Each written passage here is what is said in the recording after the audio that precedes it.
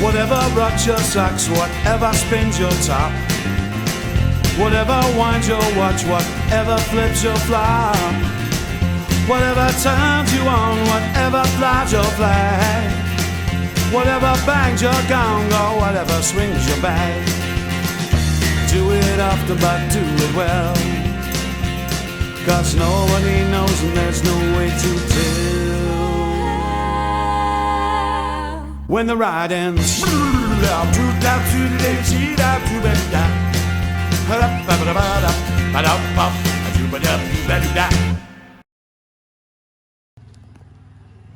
so I just want to give another little tutorial because people have been asking about my papier-mâché turtle shells. As I have said before, if you're going to live on Turtle Beach, you got to bring a book. You got to bring a hobby. You got to bring something to do. So I have made this big turtle. This is going to be my float in the Turtle Day Parade. My intention, my ambition is to be the first Phang to ever walk in the Taimuang Turtle Day Parade. So I built this styrofoam and papier-mâché turtle. I have clad it like a Fabergé egg in old cigarette lighters from the beach, which I still have. If anybody out there wants some cigarette lighters, these have all been cleaned and they have been drained of their butane. And I estimate I've got about 10,000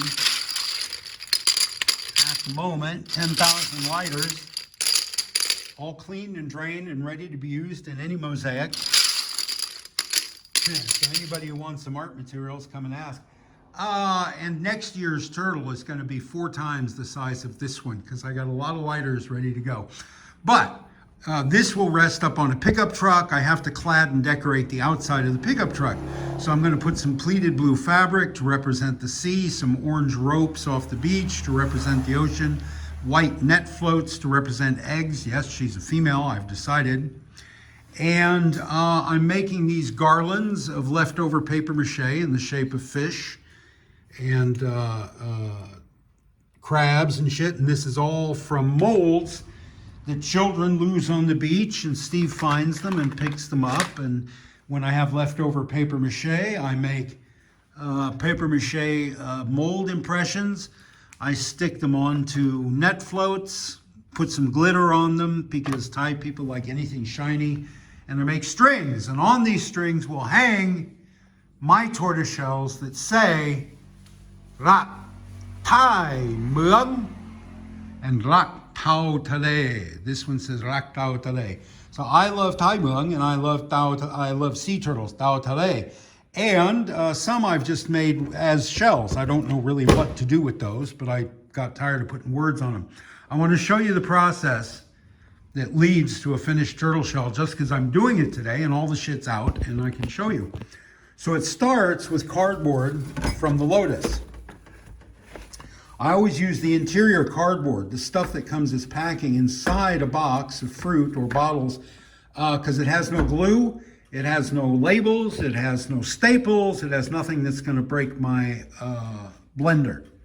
And the next step is I make a slurry in the blender. I soak the cardboard for, I don't know, anywhere from an hour to a day.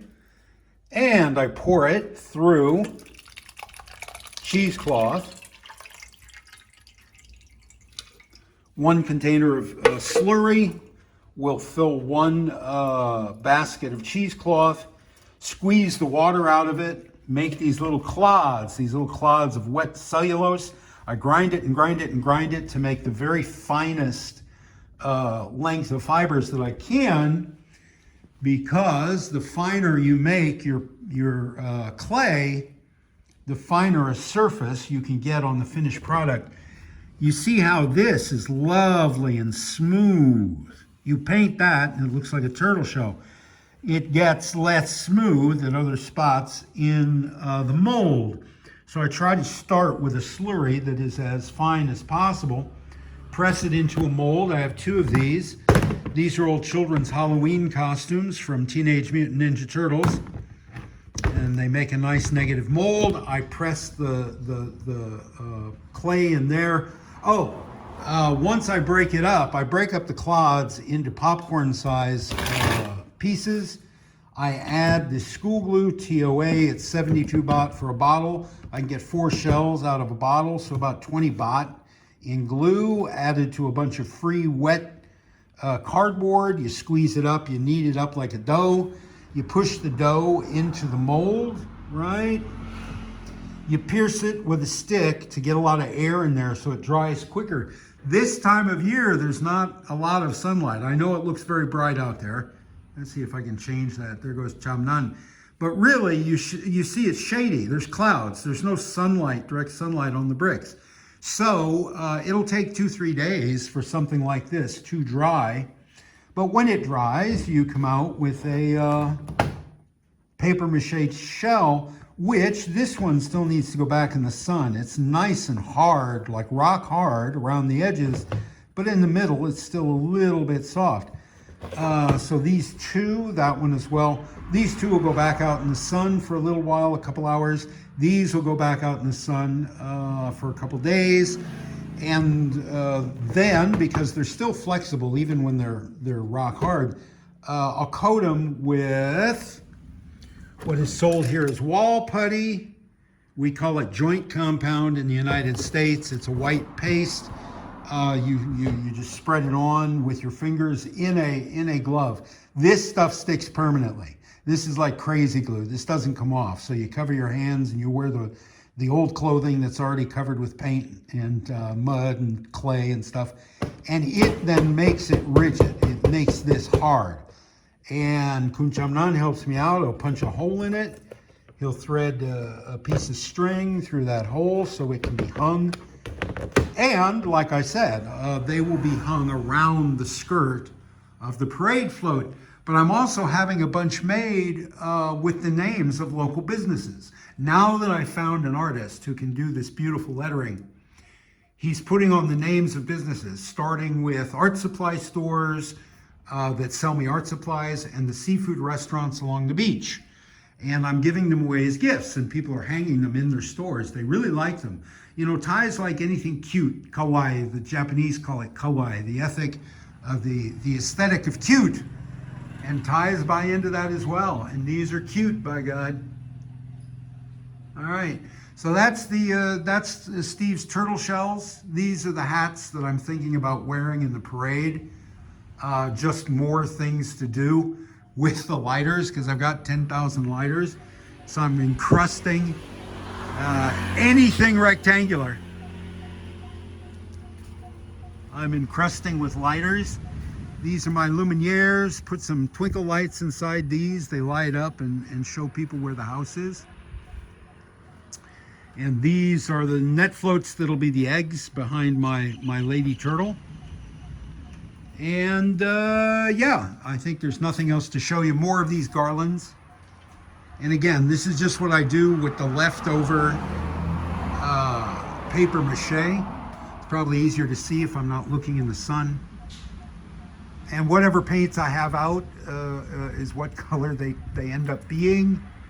And these will hang with the tortoise shells. These are lighters that haven't been cleaned yet. This is how they come in off the beach.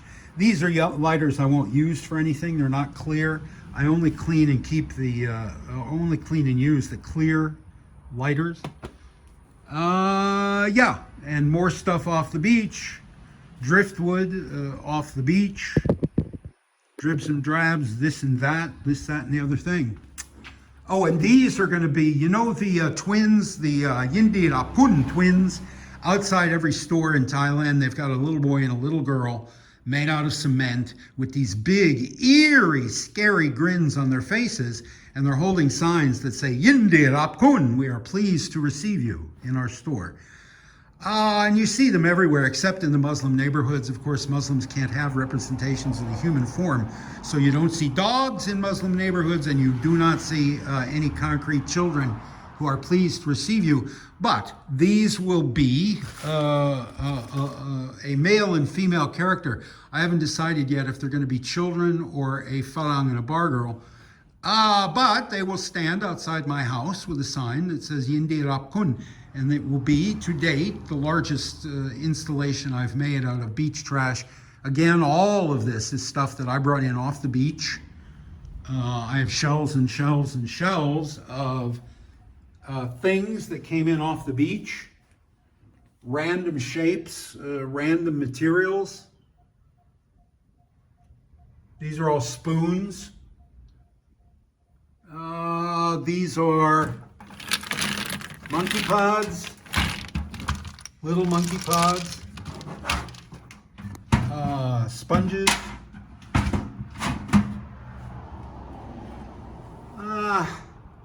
stuff, just stuff. These are weapons, tanks and guns and stuff. Little bits of driftwood. These are tops, children's tops, airplanes, cars. These are cars, various cars. These are more lighters, white lighters, which are very rare. Various different types, clear lighters, black lighters, very rare. Pieces of lighters that have been cut. Legos, hair bobs, tools, children's tools from play tool sets. All of it off the beach. Plastic light bulb with spheres.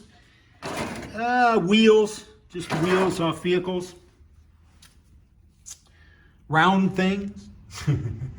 All of it off the beach, and then I'll take it, sort it by type, maybe by color. Why is that not going to focus? Why is that not going to focus for me? There we go. This one's called The Lineup. Reminds me of the, what are they called? The Usual Suspects, the movie The Usual Suspects. Mickey's in the middle of it. Soldiers. Soldiers at battle. All kinds of soldiers. I guess I'm giving you a tour now of the studio. Sorry. If it's not interesting, sorry, it's interesting to me. Again, you come to Turtle Beach, you better bring a hobby.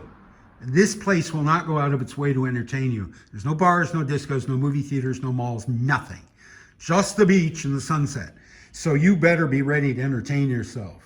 So I do. I bring things in off the beach and I glue them to other things that I bring in off the beach. And that's basically it. This is a pufferfish. It's the most common kind of animal.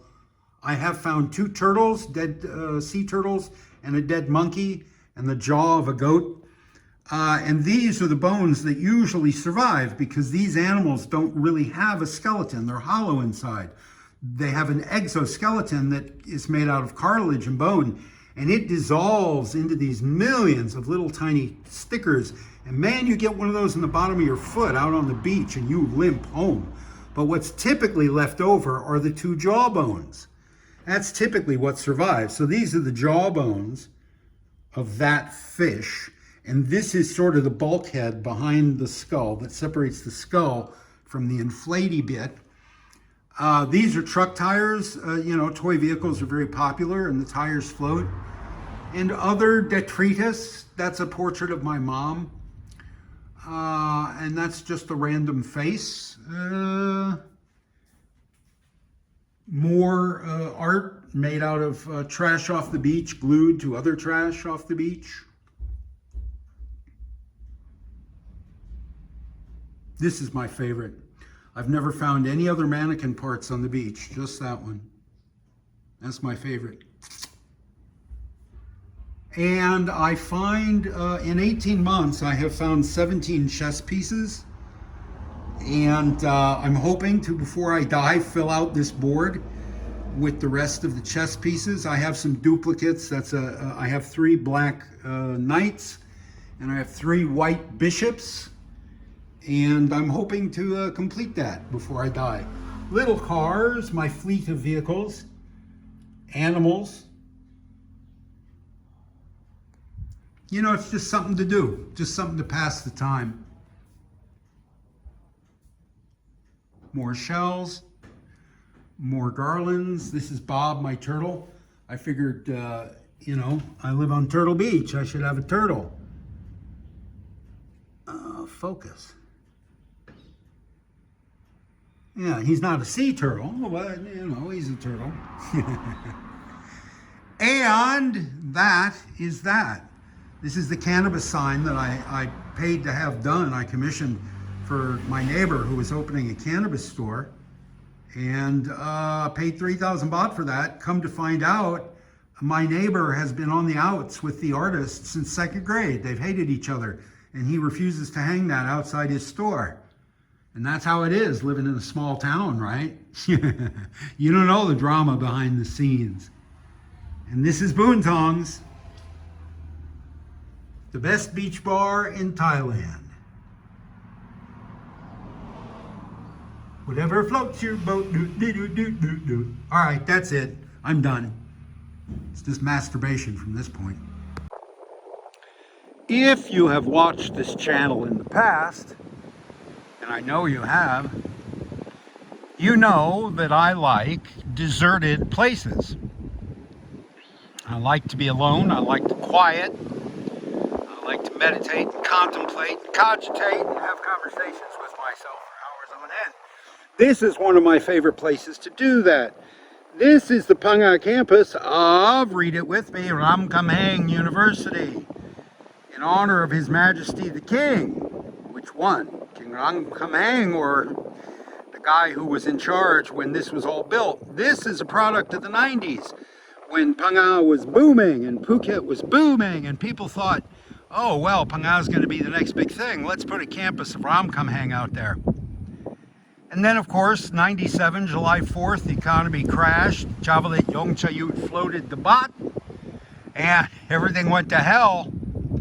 And the construction of this place stopped, with 2 buildings completed, but miles and miles of roads. So I'm going to go in there and ride around and talk about why I think this place is emblematic of Thailand. Okay, cross your fingers. Steve is driving with one hand. It's lucky the road is deserted. Yeah, so this is the assembly yard made to assemble hundreds of students every morning for morning announcements. I think right now there's maybe a couple dozen students enrolled here. I don't think there's as many as 100. All of this was intended to be buildings, right? All of that over there was intended to be campus. And they built the roads to support a big campus. They finished one academic building, and one, I think this is an office building. I haven't read the signs. It is a Monday afternoon at about 3 o'clock, and you can see the place is swarming with young academics. And here's a parking lot. This is the student parking lot, I suppose, and there are 4 motorcycles parked there at 3 o'clock on a Tuesday. This is the dining hall outdoors, because it's Thailand, and they use it kind of, it looks like a trash dump or a place to store spare parts. And all of this was intended to be campus. This was all supposed to be a great big university. You can see they've actually got sewers, which is a rarity in South Thailand. They don't typically put anything under the ground, and the roads just flood, you know, when it rains. But they put sewers, they painted arrows. All of this is pre-1997. All of this being, you know, this little road. It ends in a dead end there, which was supposed to be buildings. All of this supposed to be campus, supposed to be buildings full of students. So, you know, Thailand has recovered. The crisis was 97, and it took a few years. I'm not an economist. I don't remember when you could have said Thailand had recovered, but certainly it had, to the point that pre-COVID, the place was, I don't know, the economy around here was 3 or 4 times the size it was in 97, I think. And this has never been finished. Why? Because in Thailand, you don't make face finishing somebody else's project. By the time Thailand recovered, the muckety-mucks in office, the men in uniform who had approved the budget for this project, and who we assume were dipping out of that budget, they had all moved on. They'd either retired or been posted to other changwats. And nobody makes any nobody makes any face by completing someone else's job, or by refurbishing or repainting or repairing somebody else's building. You make face, you get your picture in the newspaper cutting a ribbon when you launch a new project. So that's what everybody in this country is focused on. And that's why there's always ribbon cuttings. There's always a new mall opening. There's always a new building being constructed on a temple. God, the amount of bamboo scaffolding in Buddhist temples in this country is obscene. There's constant construction of new things. Nothing's repaired. Look at this. How much would it cost to paint this building? Right? How much? Virtually nothing. You know, compared to the budget that was approved to build all of this that never got built. Why not paint what was built? Because you don't make face painting somebody else's building. They love new things. They don't like fixing old things. Old things are left. Old things are left to molder and fall apart and return to the dirt they came from. And that's Thailand, baby. That's Thailand. Ramkhamhaeng University, Phang campus. It's a Twilight Zone campus.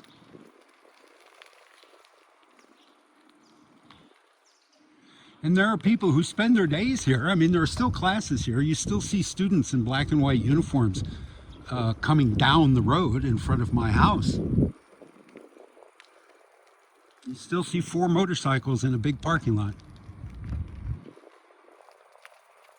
But this will never be anything more than it is right now. There will never be. They don't invite me to those budget meetings, but I can promise you, I'd bet $100 right now. This campus will never be anything more than it is right now. And if Ramkhamhaeng ever does build a campus in Phang, it won't be here. They won't add on to somebody else's project. They want to have their own project. They want to start their own project. That's where the glory is. That's where the big money is. Not in repainting somebody else's old building. There's no face in that. All right, that's my rant. What day cup? There's people here. There's caretakers. I mean, I suppose they're teachers. I don't know. There are classes here. There are students here. RP1, it's the only building. And RP2, okay. So there are 2 buildings. I don't know what RP stands for. But RP1 and RP2, that is Ramkhamhaeng University, Phang campus. All right, see ya. So Turtle Beach is full of turtle imagery, as you might expect. All kinds of statues and murals and signage with turtles on it. So I'm going to start doing a tour, introduce you to some of our turtles. I like this one because it's just so butt ugly. It's a mosaic like mine. It's made out of a million little tiny squares which are falling off and which will never be repaired, because this is somebody else's project and you don't make face repairing somebody else's project. It's set in our kind of a health park. I've never seen anybody use this as a gymnasium. There's equipment. The local soy dogs love to sleep here, and this one won't shut up because I chased him out of here. He growled at me and I chased him out of here, and now he's barking at me from behind that hedge. But I just thought I'd give you a glimpse of this turtle. I don't know if he has a name. There's no plaque or anything. He's just out here by himself in the middle of a field. So let's close on a joke. You know, I take a lot of flack because I correct people's grammar, spelling, punctuation, and syntax online. But I think spelling is important, because there's a big difference between helping your Uncle Jack off a horse and helping your uncle jack off a horse, right? Like, subscribe, and share. Thank you for watching. This is the most important time of my week, and I really appreciate your attention. I love you guys a lot. I want you to go out there and find your own Turtle Beach and have a great week there. Bye.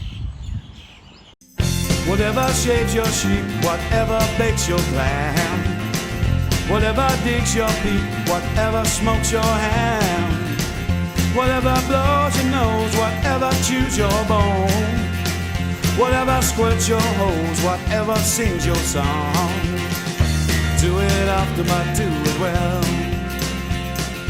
Nobody knows and there's no way to tell. When you're riding,